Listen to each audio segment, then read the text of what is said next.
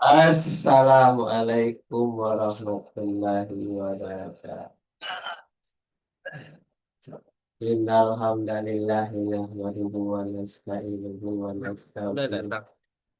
wa na'udzu billahi min shururi anfusina wa min sayyiati a'malina. May yahdihillahu fala mudilla lahu wa may yudlil fala hadiya lahu. Asyhadu an la ilaha illallah wahdahu la syarika lahu wa asyhadu anna Muhammadan abduhu wa rasuluh. Sallallahu ta'ala fi Qur'anil Karim. A'udzu billahi minasyaitonir rajim. Bismillahirrahmanirrahim. Kakak Maria macam Ya ayyuhalladzina amanu taqullaha wa tanzur nafsun ma qaddamat lighad. Wattaqullaha innallaha khabirun bima ta'malun. Sadaqallahu adzim. Alhamdulillah kita aturkan pada Allah Subhanahu wa taala pagi hari ini kita diberikan nikmat iman, nikmat Islam. Dimana kita bisa melaksanakan kegiatan rutinitas kita saya tahu dia mingguan ya minimal baik dua ya Pak. kali seminggu, Sabtu dan Minggu ya. Mudah-mudahan dengan kegigihan dan keulatan kita dalam mempelajari ayat-ayat Allah, Allah memperhatikan Teracin. kita untuk selalu menjadi kekasihnya Allah Subhanahu wa taala. Pada Nabi besar Muhammad Sallallahu Alaihi Wasallam kita lupa mengirimkan salawat dan salam untuk perjuangan dan kegigihan dengan pengorbanan jiwa, raga, dan hartanya. Apa sih Nah, dia Maria? demi petegaknya Maria. Allah kita telah umat. Dan Terpuji. untuk selanjutnya mari kita baca. Ya, Maria. pertama sekali Mario. Diam ya. Allah Allah memberikan memberikan memberikan wahyu Serius dong. wahyu kepada sebagian sebagian sebagian sebagian para nabi Kencang. nabi Aja ama. sebagai berikut. Good. Bang aja deh. Barang barang siapa sudah selesai. Maria sudah. Sekarang lanjutnya ya. Nah, ayahnya. Allah memberikan wahyu kepada sebagian para nabi sebagai berikut. Barang siapa yang menemuiku dengan maut, sedangkan dia mencintaiku, maka aku masukkan dia ke dalam surga. Barang siapa menemuiku sementara dia takut olehku, maka aku jauhkan dia dari api neraka. Barang siapa yang menemuiku sementara dia merasa malu kepadaku, maka aku lupakan malaikat hafazoh terhadap dosa-dosanya. Ya. Abang ya. Allah memberikan wahyu kepada sebagian para nabi sebagai berikut ya. Di surat Taibul Ibad ayat 60 halaman 61 60 61. Barang siapa yang menemuiku dengan maut, maksudnya ingin ketemu dengan ketika Allah malaikat Israel mencabut nyawanya ya, mati. Sedangkan dia mencintai Allah, maka aku masukkan dia ke dalam surga. Jadi orang yang keinginan ketemu dengan Allah, itu dia akan pasti masuk surga. Kenapa dia masuk surga? Karena dia mengikuti jalan-jalan yang ditunjukkan oleh Nabi melalui kitabullah dan sunnah Rasul. Itu menemui Allah namanya. Ya. Kemudian barang siapa yang menemuiku sementara dia takut olehku, maka aku jauhkan dia dari api neraka. Karena barang siapa yang menemui Allah, ya mati dia menemui Allah, dia takut oleh itu takut kepada Allah, takut akan melanggar aturan-aturan Allah, maka aku akan jauhkan dia dari api neraka. Jadi barang siapa yang menemuiku sementara dia merasa malu kepada, ya maka aku lupakan malaikat hafazah terhadap dosa-dosa. Jadi siapapun manusianya yang menemui Allah, bertemu dengan Allah, kita bertemu dengan Allah ketika mati. Dia malu kepadaku, malu dia untuk menerima segala pemberian dari Allah. Maka dijauh, maka lupakan malaikat kepada Allah, menyuruh malaikat kepada yang mencatat amal baik dan buruk itu terhadap dosa-dosanya. Jadi dosanya tidak ada. Kita lanjut. Sekarang Bang Hatim apa siapa nih? Ya, Hatim ya. Cam. Oh, Bancang ya, ya, ya. Ini kebalik.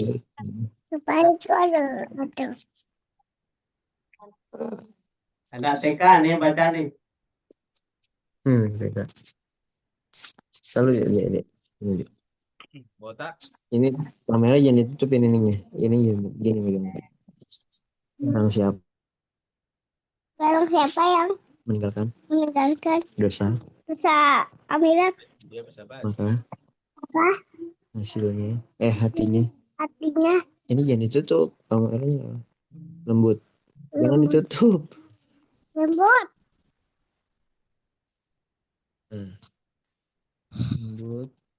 dan jangan ditutup. Barang siapa meninggalkan kenceng kamu di kelas yang kenceng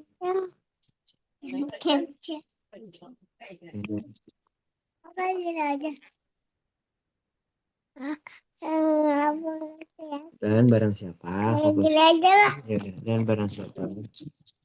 dan barang siapa yang gak kedengeran itu kamu gak kelihatan sama orang di sana. Barang siapa meninggalkan ini ketutupnya tangannya, meninggalkan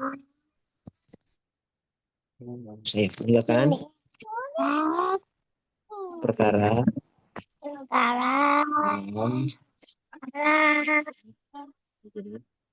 Kecilin. memakan yang halal, maka cemerlang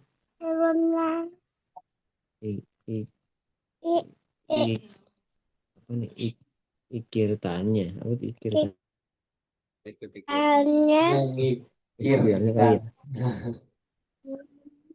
ikirtannya apa manusia berasal dari kok tidur Allah maka akan kembali kepada Allah hidup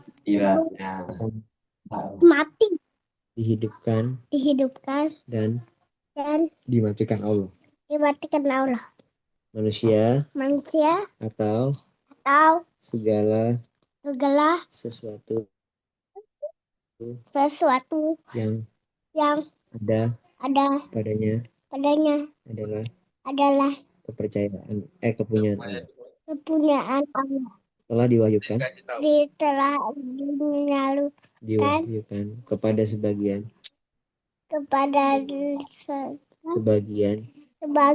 para nabi taatlah kepadaku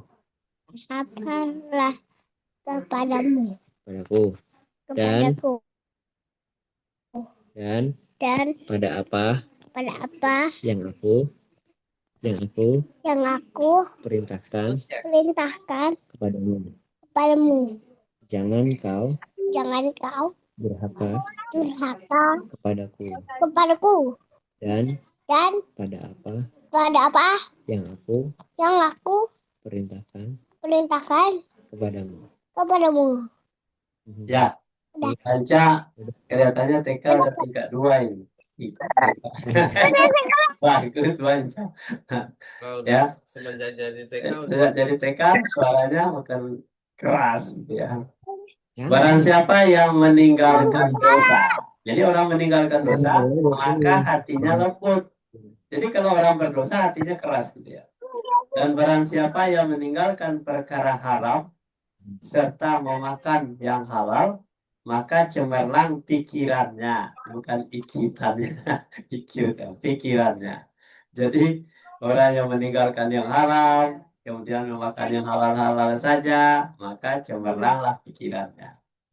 Jadi Iya. manusia berasal dari Allah. Bersim. Ya, ingatlah manusia itu berasal dari Allah, manusia itu akan Ada kembali ada. ke Allah. Jadi kita diciptakan oleh Allah, akan kembali lagi kepada Allah, tidak mungkin kepada yang lain, ya kan? Hidup atau mati, dihidupkan atau dimatikan Allah. Jadi Allah yang punya kuasa atas diri kita, bukan kita yang berkuasa, ya. Manusia atau segala sesuatu yang ada padanya, manusia itu yang punya organ tubuhnya, pendengaran, penglihatan, hati, dan pikiran adalah kepunyaan Allah. Jangan menganggap kita punya hati, punya pikiran. Tidak, Allah yang punya. Nah, telah diwahyukan kepada sebagian para nabi, taatlah kepadaku, karena kita itu adalah milik Allah, taatlah kepadaku, kepada Allah, dan kepada para nabi. Dan pada apa yang aku perintahkan kepadamu. Nah, jadi Allah perintahkan melalui nabi, kemudian taat kepada ajaran-ajaran nabi, nah, itu taat. Jangan sampai kita membangkang kafir atau melupakan Allah. Jangan kau durhaka kepada Allah dan pada apa yang aku perintahkan kepadamu. Tidak boleh durhaka. Jadi orang yang durhaka kepada Allah itu artinya tidak mau mendengarkan ayat-ayat Allah, tidak mau ngaji, tidak mau buka Quran, tidak mau belajar. Itu berarti orang-orang yang durhaka kepada Allah. Kalau orang yang durhaka kepada Allah itu tidak dapat apa-apa. Lanjut. Siapa nih? Atim. Ada Atim?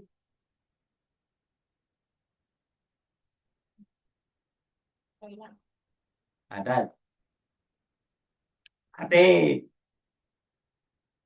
Oke.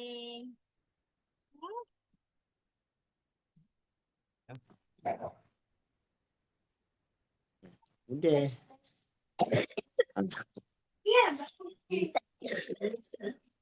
Oh, Bang Atim. aku besok Menyempurnakan akal adalah dengan mengikuti keridhaan Allah Ta'ala dan menjauhi kebenciannya lagi 24 sampai 25. Ya bener. Ya. Tidak ada ketersaingan bagi orang yang berilmu, lagi orang yang alim dan beramal soleh akan selalu dihormati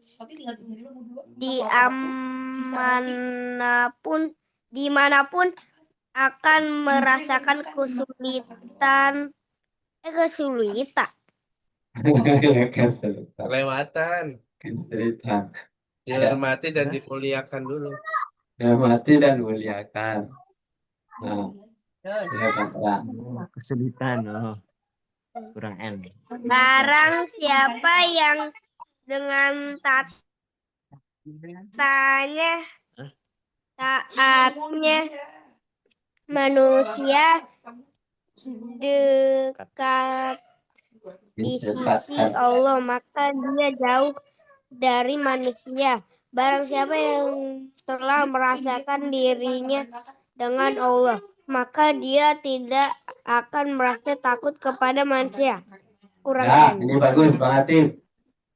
Bang Atim sudah TKA, sebentar lagi SD.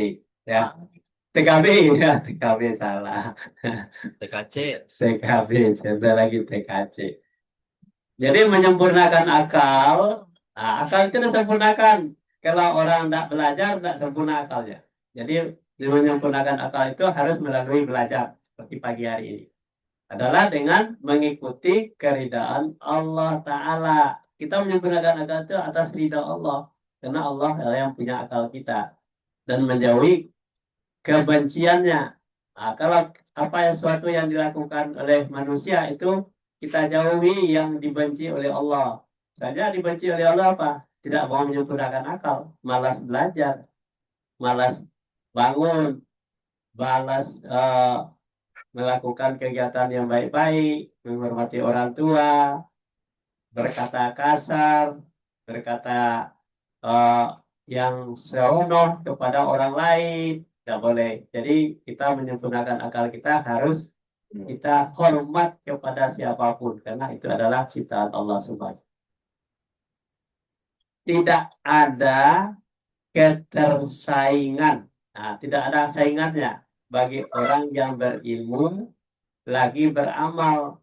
Jadi kalau kita punya ilmu pengetahuan, tidak ada saingannya lagi dan tidak ada tanah air bagi orang yang bodoh. Jadi orang yang bodoh itu akan terusir dari tanah air sendiri, dari rumahnya sendiri karena dia tidak punya ilmu pengetahuan, karena dibodohi orang. Jadi orang yang alim dan beramal, alim itu adalah orang yang taat kepada Allah itu kemudian beramal saleh. Nah, akan selalu dihormati dan dimuliakan orang. Nah, jadi caranya kita dihormati dan dimuliakan orang harus alim dan beramal saleh. Kalau kita tidak alim, tidak punya ilmu, pengetahuan, tidak akan dihormati oleh orang. Sedangkan orang yang bodoh dimanapun akan merasakan kesulitan. Jadi jangan sampai jadi orang bodoh. Jadi kemanapun kita yang hidup, kita sulit bergaul dengan orang, sulit mendapatkan pekerjaan, sulit mendapatkan dihormati orang. Jadi jangan sampai jadi orang bodoh. Jadi kalau orang bodoh itu ya tidak mau belajar lah. Jadi barang siapa yang dengan taatnya manusia ya dekat di sisi Allah, dia taat dekat dengan sisi Allah, maka dia jauh dari manusia. Ya, ya, taat kepada Allah, dia jauh dari manusia. Manusia kebanyakan adalah manusia yang tidak mau belajar, tidak mau orang manusia yang bodoh. Barang siapa yang telah merasakan dirinya dengan Allah, artinya dekat sekali dengan Allah, mempelajari ayat-ayat Allah, Ya. mempelajari, membaca Al-Quran, mengikuti aturan-aturan Allah dalam Al-Quran, tahu maknanya, maka dia tidak akan merasa takut kepada manusia, siapapun manusianya. Ya, ini kita lanjut. Anan, Anan. Ya, Gigi Duduknya Opo. benar, duduknya benar. Datang saja. Duduknya benar. Yahya bin Muaz berkata, Ya, dunia seluruhnya berarti mengambil akhirat seluruhnya. Barang siapa yang meninggalkan dunia seluruhnya, maka ia telah mengambil akhirat sebelumnya. Dan barang siapa yang mengambil dunia seluruhnya, maka ia meninggalkan akhirat seluruhnya. Mengambil akhirat itu berarti meninggalkan dunia. Dan meninggalkan dunia berarti mengambil akhirat. ya, Sudah. ini Profesor Dr. Anan ya, yang taat. Yahya bin Muaz kata Anan berkata, meninggalkan dunia, maksudnya meninggalkan tipu daya dunia itu seluruhnya berarti dia mengambil akhirat seluruh. Jadi kita mulai bangun tidur itu ditipu kita oleh keinginan-keinginan setan. Nah, itu kita tinggalkan semuanya budaya itu. Berarti dia mengambil akhirat seluruh. Barang siapa yang meninggalkan dunia seluruhnya, semua tipu daya kita tinggalkan, yang menarik hati kita, maka kita adalah mengambil akhirat. sebelumnya. Jadi akhirat itu sudah ada di tangan kita, sudah jadi kunci bagi kita. Kita akan selamat. Kenapa? Kita di dunia sudah meninggalkan keinginan-keinginan nafsu kita, keinginan-keinginan eh, apa yang kita inginkan. Nah, maka kita sudah punya akhirat. Dan barang siapa yang mengambil dunia seluruhnya, maka ia meninggalkan akhirat. Ya, berarti akhirat seluruhnya. Jadi, kalau kita lupa kepada akhirat, berarti kita ngambil dunia seluruh. Nah, jadi akhirat tidak dapat lagi, ya kan? Hati-hati di dunia itu jangan sampai terpukau hati dan pikiran kita, terlena kita. Wah, ini saya nanti aja belajarnya, ntar aja lah, saya masih panjang waktunya. Berarti kita malas untuk mengambil akhirat. Jadi mengambil akhirat itu berarti meninggalkan dunia. Nah ya, kita hidup bangun tidur itu kita ingat apa yang akan kita lakukan, apa yang akan kita lakukan yang terbaik oleh Allah sesuai dengan keinginan Allah. Itu yang kita lakukan. Dan meninggalkan dunia berarti mengambil akhirat. Lanjut. Ayahnya baca.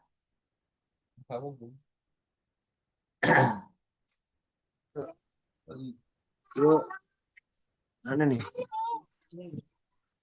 Hasan Basri, salah seorang pemuka golongan tabi'in berkata, orang yang tidak memiliki orang yang memiliki sopan santun berarti dia tidak berilmu.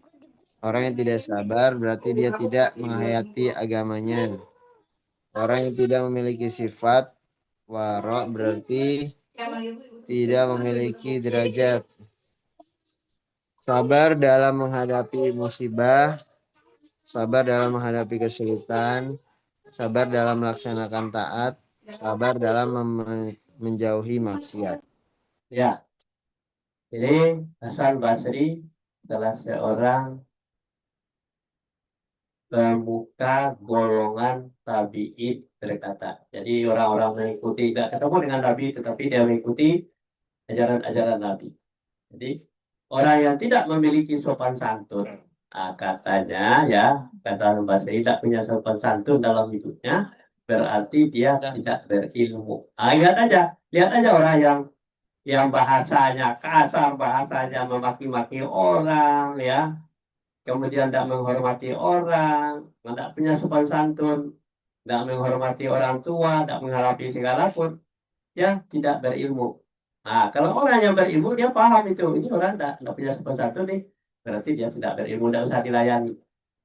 Jadi orang yang tidak sabar berarti dia tidak menghayati agamanya. Orang yang tidak beragama itu ya tidak sabar dia. Kalau dia menginginkan sesuatu, dia tidak peduli tabrak sana, tabrak sini, melakukan ini dan itu, korupsi segalanya, mengambil harta dengan cara yang tidak benar, menipu, korupsi, dan semuanya, membegal. Nah, itu adalah orang yang tidak punya agama itu. Orang yang tidak memiliki sifat wara, berarti tidak memiliki derajat. Jadi orang yang seperti ini, orang yang tidak sabar, orang yang tidak mengerti agama, ya tidak punya derajat apa-apa. Sabar dalam menghadapi musibah. Jadi kalau kita dapat musibah, diuji oleh Allah kekurangan harta, kekurangan jiwa, kelaparan, ya kekurangan uang, kekurangan segala macamnya, kita anggap ini adalah ujian untuk diri kita. Itu adalah namanya harus sabar, ya tidak boleh kita marah-marah, ya. Sabar dalam menghadapi kesulitan apapun yang ada di dalam diri kita. Ada kemudahan nanti, yakin dari Allah Subhanahu wa taala. Kita hadapi saja. Kemudian sabar dalam melaksanakan taat. Sabar melaksanakan taat artinya kita bukan berdiam diri. Kita ingin selalu memperbaiki diri kita melalui belajar, melalui membaca, mendengar, memperbaiki diri kita. Dari tadinya tidak tahu apa-apa, kita tahu, oh ini manfaatnya. Sabar dalam menjauhi maksiat. Nah, Di hadapan mata kita mulai kita bangun tidur, itu sudah semuanya maksiat. Sebab ditipu oleh iblis. Nah, itu hati-hati ya. Kita lanjut. Nah, bisa baca juga. Nah, Jadi maksud sifat wara berhati-hati ini berhati-hati terhadap barang yang haram, makruh dan subhat.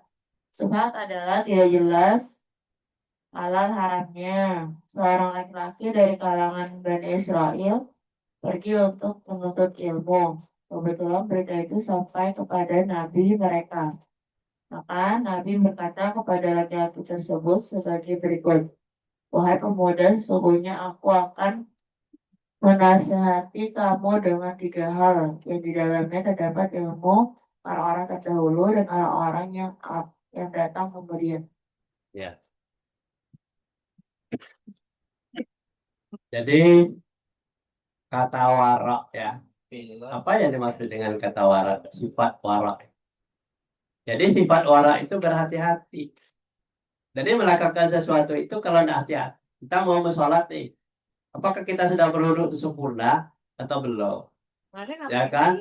Kalau kita mau ngaji, apakah kita sudah membaca ta'awud atau belum? Itu berhati-hati. Sebab Al-Quran itu harus dibaca dengan benar. Apakah bacaan kita benar atau belum? Terhadap barang yang haram dan makruh atau subhat. Begitu juga materi ya. Seperti haram atau makruh atau subhat atau yang berantakan. Jadi subhat adalah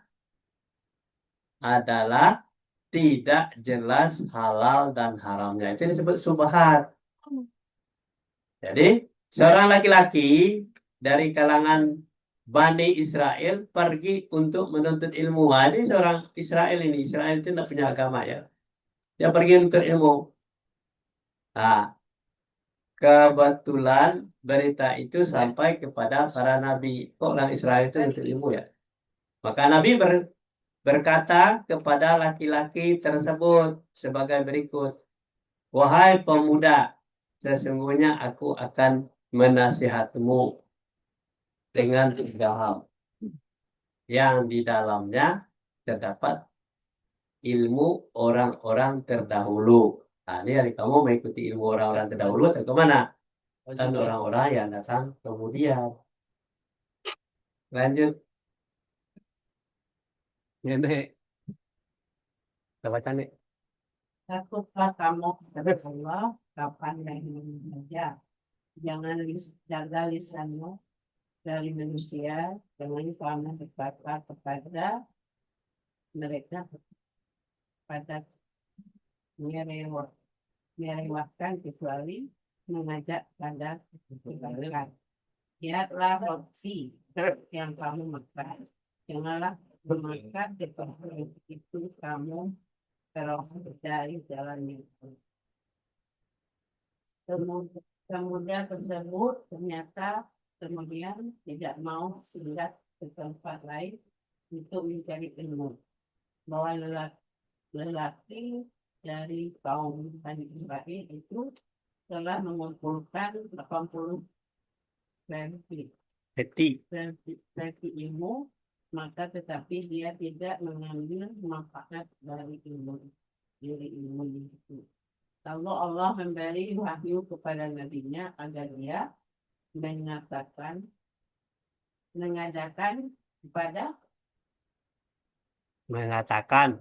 kepada lelaki ya. yang telah mengumpulkan kitab-kitab itu sebagai berikut. Lanjut ya.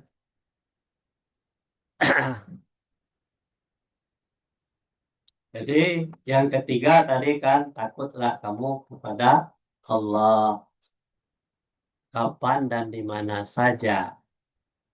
Ya, juga lisanmu, jagalah lisanmu, jagalah lidahmu dari manusia dengan sembarangan ngomong ya. Jangan kamu berkata kepada mereka kecuali mengajak kepada kebaikan. Jadi lisan kita itu selalu terpelihara dari hal-hal yang bersifat eh, merugikan orang lain. Yang penting adalah mengajak orang kepada kebaikan. Nah, lihatlah roti, ya. Roti itu, kalau kita lihat makan roti nih. Misalnya kita kalau di apa ini di Jembatan 5 itu banyak roti yang bermerek dari babi ya. Lihatlah roti itu yang kamu makan. Jangan kamu makan sebelum dilihat. Hati-hati itu ya, berhati-hati. Kecuali roti itu kamu peroleh dari jalan yang halal. Nah, roti itu banyak bungkusnya sama, tetapi mereknya diberitahu ini dari babi. Ya, lihat roti itu. Jadi pemuda tersebut ternyata kemudian tidak mau pindah ke tempat lain untuk mencari ilmu. Nah, dia ketagihan nih mencari ilmu nih. Jadi ilmu-ilmu yang beragama agama Islam. Bahwa lelaki itu dari kaum Bani Israel. Ini orang Bani Israel itu dia anti Islam itu.